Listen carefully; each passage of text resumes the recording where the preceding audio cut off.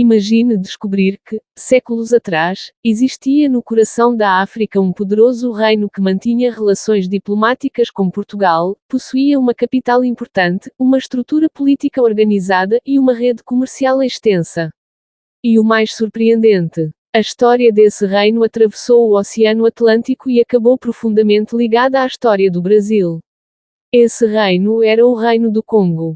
O Reino do Congo surgiu na África Central, em uma região que hoje abrange partes de Angola, da República Democrática do Congo e da República do Congo. Sua capital era Mbanza Congo, um importante centro político e cultural.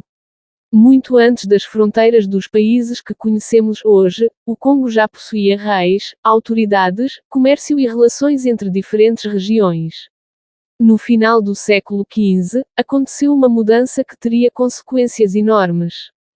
Em 1483, o navegador português Diogo Cão chegou à foz do rio Congo. A partir desse momento, Congo e Portugal começaram a estabelecer relações diplomáticas e comerciais. No início, houve negociações, troca de presentes, comércio e contato entre as elites dos dois lados. Mas também existiam interesses diferentes, especialmente políticos, religiosos e econômicos.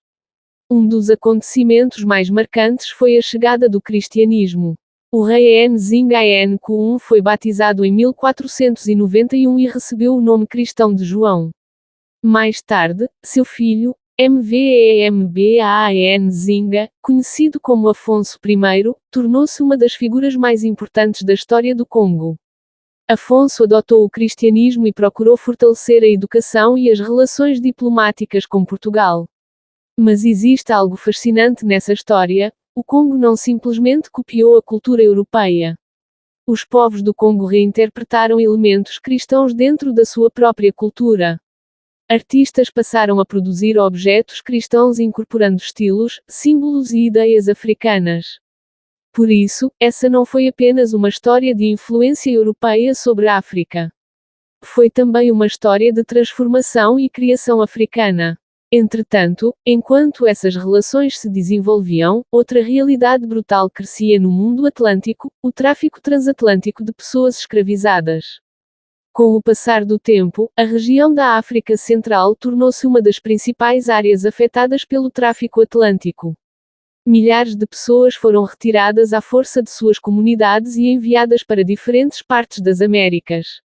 E é aqui que encontramos uma ligação profunda com o Brasil. Pessoas da região centro-africana foram levadas para o Brasil e para outras partes das Américas. Mas elas não atravessaram o Atlântico levando apenas seus corpos. Levaram línguas, crenças, conhecimentos, músicas, práticas religiosas, costumes e memórias. Por isso, para compreender completamente a formação histórica e cultural do Brasil, também precisamos olhar para a história da África. A região do Congo tem um papel importante nessa história. A cultura e as tradições centro-africanas contribuíram para a formação de comunidades afrodescendentes nas Américas, deixando marcas que continuam presentes até hoje. Quando alguém olha para a história do Brasil pensando apenas em Portugal e na Europa, está vendo somente uma parte dessa história. Existe outra história atravessando o Atlântico. Uma história africana de reinos, reis, comerciantes, artistas, religiosos, guerras, sofrimento, resistência e sobrevivência. Hoje, a região histórica do Congo está dividida entre diferentes países, mas sua memória continua viva. E talvez uma das maiores lições dessa história seja esta: a África não era um continente sem história esperando para ser descoberto.